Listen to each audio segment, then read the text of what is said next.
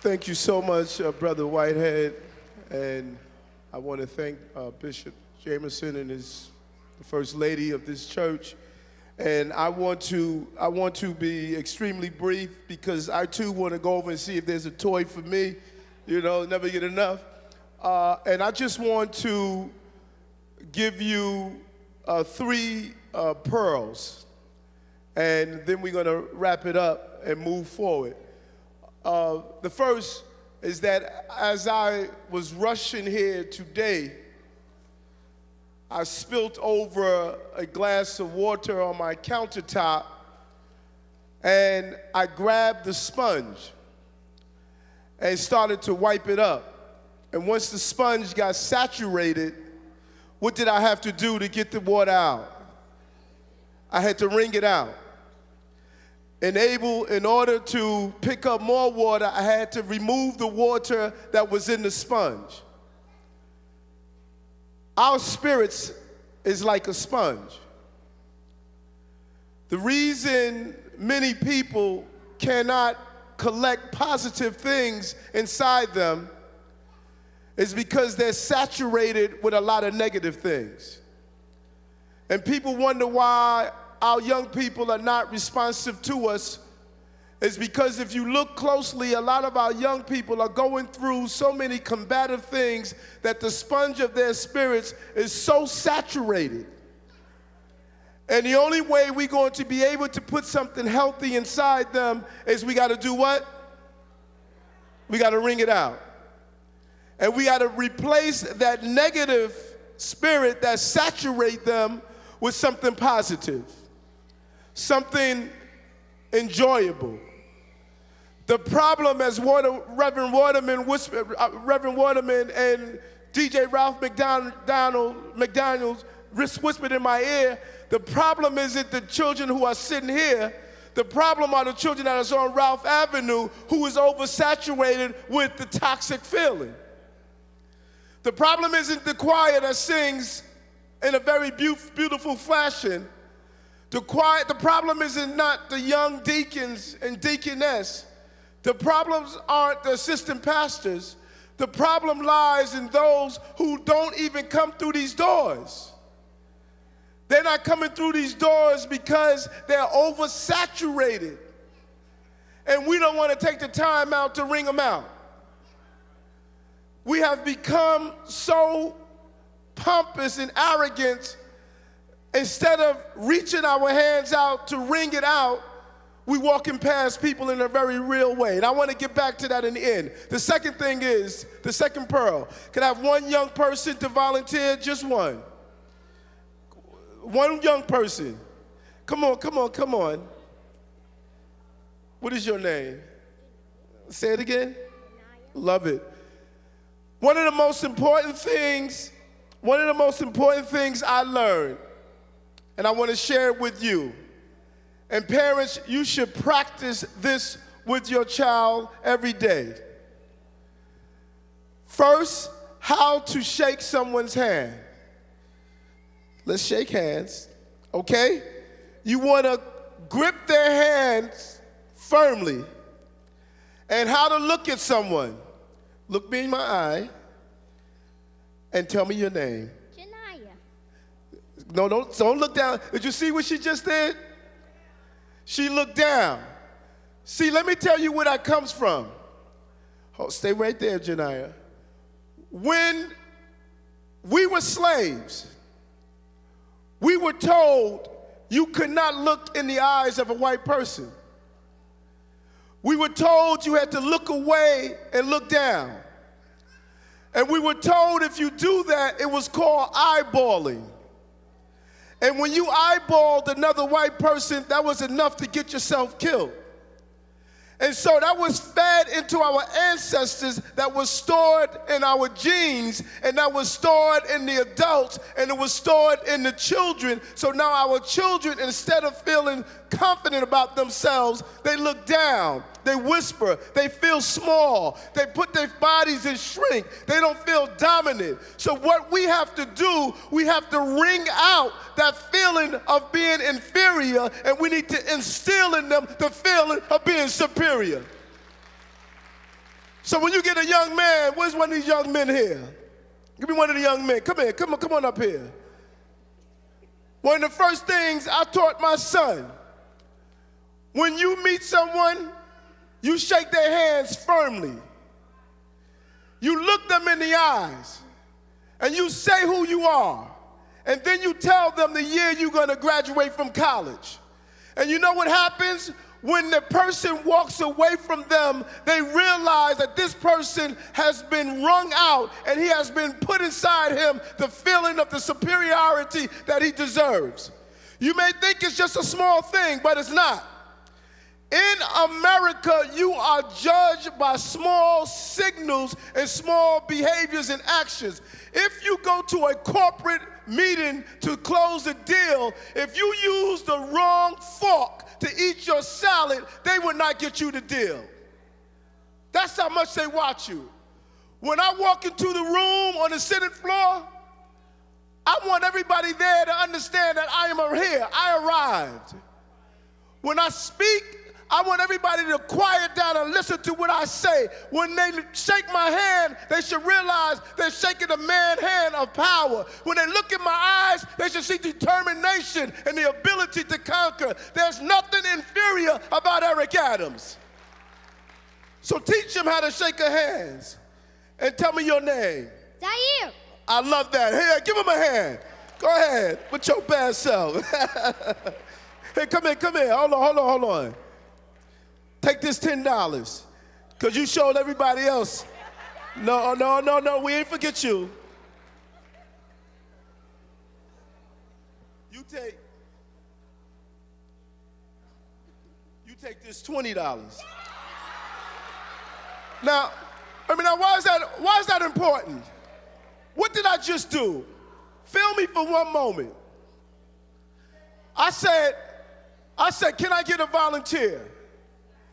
And she was bold enough to say, I will volunteer.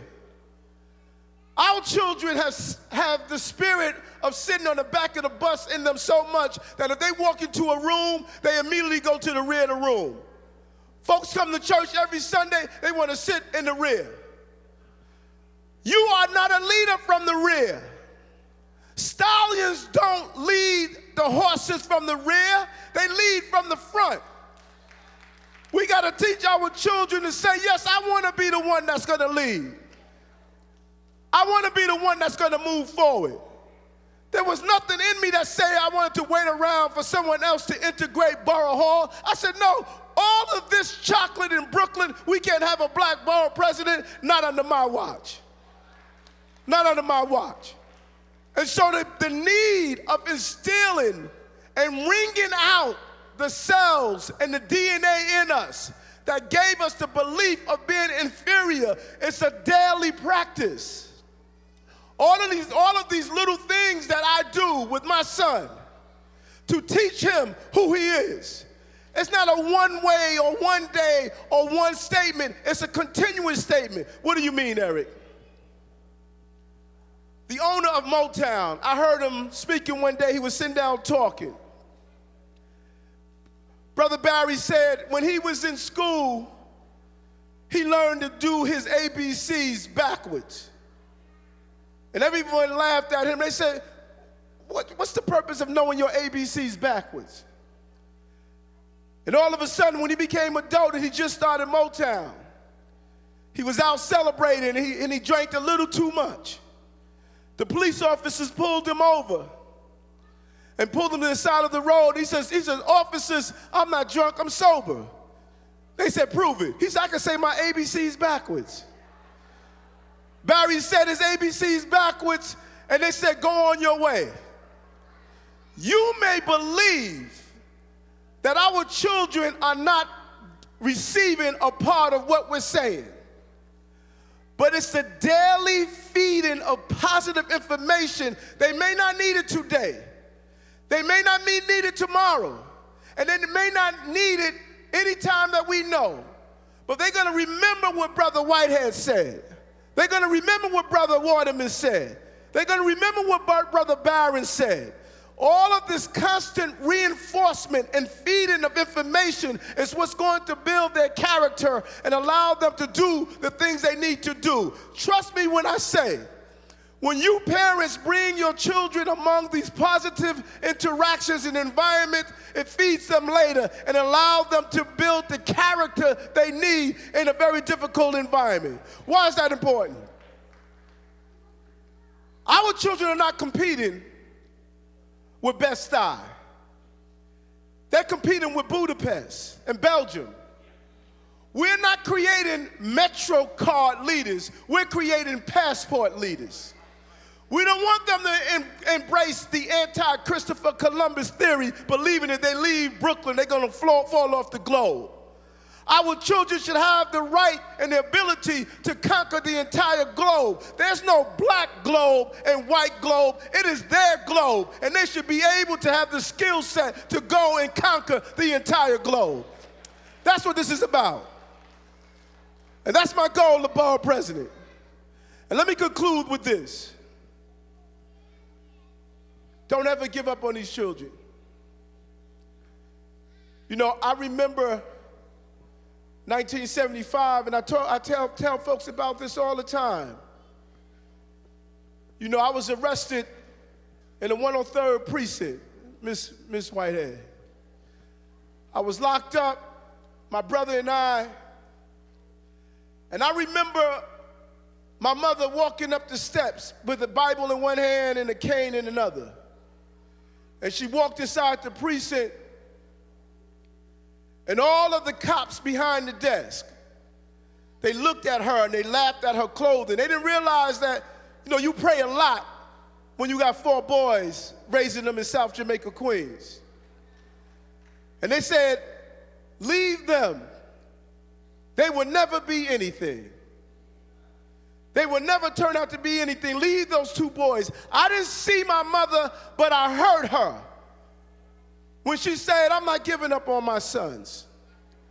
And I remember walking across the stage at one police plaza in that same police department, but this time not as a criminal, but as a captain. She saw me go from breaking the law to enforcing the law, and now I'm in Albany writing the law. Don't ever give up. Don't give up on these children. And I know they're challenging. But guess what? You were challenging. I know that sometimes you wonder, what are you going to do with them? But there was times when those were wondering what they were going to do with you. Don't throw anyone aside. If people did not embrace me, hug me, nourish me, encourage me, we would not be in a historical moment right now of going to Borough Hall. Don't give up on these children. Don't give up on them. And what we need to do cannot stay in the sterilized environment of this beautiful church. We have to be a church without walls and without borders. We have to go into the street where the real healing is needed and interact one-on-one with people. People are in pain. They are walking around with perpetual suicide notes in their heads, trying to figure out they're going to tweet it, email it, or just put it on legal paper. Every day writing a new sentence, trying to figure out what they're going to do with their lives, waiting for someone to come just like you and I and say everything is going to be all right. I'm going to treat you with the level of dignity and respect that you deserve. That's the obligation that we have. There has never been a greater time to be a Christian than now. Now is the time to see what we're really made of. Now is the time to see if we're going to really save souls. Now is the time to see how great we are. I know we can do it. We are at a good place in our lives and a good place in the borough of Brooklyn. And that's why you've heard Brother Whitehead say over and over again, one Brooklyn. This is what this is about. It's one Brooklyn. Doesn't matter where you go to worship, a synagogue, a Baptist church, a Buddhist temple, you should have the right to worship one Brooklyn. It doesn't matter what you do for a living. It doesn't matter if you're a janitor in the boiler room or the boardroom. You should have a right to a dignity and a decent pay scale. One Brooklyn. It doesn't matter if you speak Spanish, Chinese, Indonesian, or Portuguese. One Brooklyn. It doesn't matter how short, tall, or how big you are. You should be treated with the level of respect that you deserve. One Brooklyn. I am not the borough president of Bed-Stuy or Brownsville. I'm the borough president of Brooklyn. And everybody in this borough is going to be treated with the dignity and respect that they deserve, no matter what ethnicity they are, no matter what neighborhood they're for. That's what I fought for. That's what I'm going to accomplish. One Brooklyn, one Brooklyn, one Brooklyn.